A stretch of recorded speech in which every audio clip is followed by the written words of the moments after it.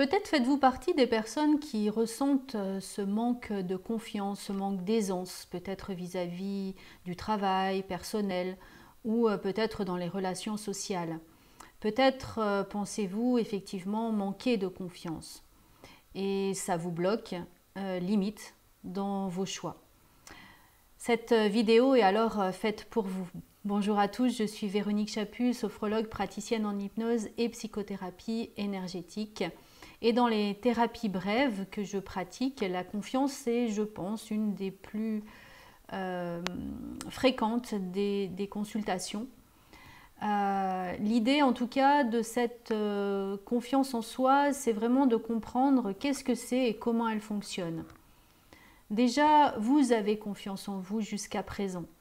Tout simplement parce que vous avez acquis et appris beaucoup de choses. Par exemple, l'idée c'est de s'appuyer sur toutes les capacités que vous avez mis en place pour arriver à ce jour. Les capacités sont peut-être de vous être fait comprendre alors que vous ne pouviez pas parler par vos parents, par votre entourage lorsque vous étiez enfant. Vous avez réussi aussi le grand exploit de la marche, cette marche où vous êtes tombé des centaines de fois avant d'arriver à marcher. Et si un enfant n'avait pas confiance en lui, eh ben, à la première chute, il arrêterait. Peut-être comme vous faites d'ailleurs actuellement. Dès qu'il y a le moindre échec, vous commencez à baisser les bras. Alors pensez à tous ces moments quand vous étiez enfant. Vous avez appris à faire du vélo, vous avez appris à faire de la séduction, vous avez appris à parler, à marcher, à compter. Vous avez acquis de nombreuses capacités mises en place qui vous servent encore à ce jour. Pour autant, quand vous avez appris par exemple à marcher, on ne vous a pas demandé de faire le marathon de Paris. Quand vous avez appris à faire du vélo, vous n'avez pas fait les JO. Quand vous avez appris à lire, on ne vous a pas mis Shakespeare dans les mains. Tout ça pour vous montrer que quelquefois, vous baissez peut-être un petit peu les bras trop vite en jugeant de vos échecs, de vos incapacités.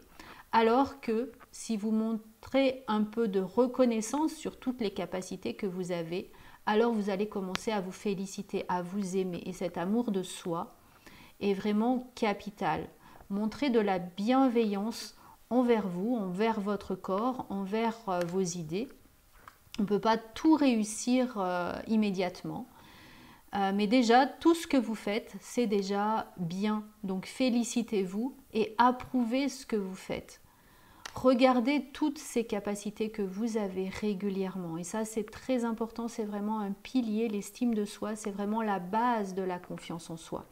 Si vous êtes toute la journée en train de vous dénigrer, en train de pester après vous, comment vous pouvez penser que vous allez oser aller dans la nouveauté alors que vous êtes toute la journée en train de vous critiquer?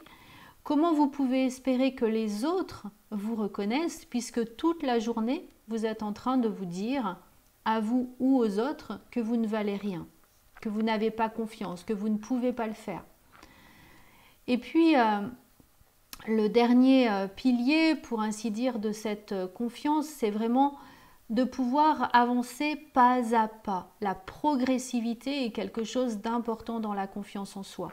Si vous aviez essayé de lire avec Shakespeare, je pense que très vite, vous auriez pu dire « j'y arrive pas ». Or, vous avez commencé à lire des mots, des phrases, des petits livres pour enfants et au fur et à mesure, vous avez monté la difficulté jusqu'au jour où vous avez réussi à lire des paragraphes entiers, peut-être des livres entiers, en mettant du sens. Quand vous avez commencé à apprendre à conduire, vous avez trouvé sûrement la première séance difficile. Puis au fur et à mesure que vous l'avez fait, vous avez commencé à trouver ça de plus en plus facile. Prendre des nouvelles habitudes, c'est exactement ça. C'est commencer progressivement, souvent l'associer avec quelque chose que vous réussissez déjà, et puis au fur et à mesure, en automatisme, et le cerveau va mettre en place la réussite. Par contre, la persévérance est vraiment quelque chose d'incroyable dans la confiance en soi. Si vous ne persévérez pas, vous ne pouvez pas réussir. Et tous les gens qui réussissent, qui ont confiance en eux, c'est parce qu'ils ont persévéré jusqu'au moment où ça a marché. Et là, ça déclenche la confiance en soi. Voilà, j'espère que cette capsule vous sera utile. La confiance en soi, c'est tous les jours. Donc, n'hésitez pas à croire en vous et à essayer encore jusqu'au moment où l'essai commence à se concrétiser. Belle journée à tous!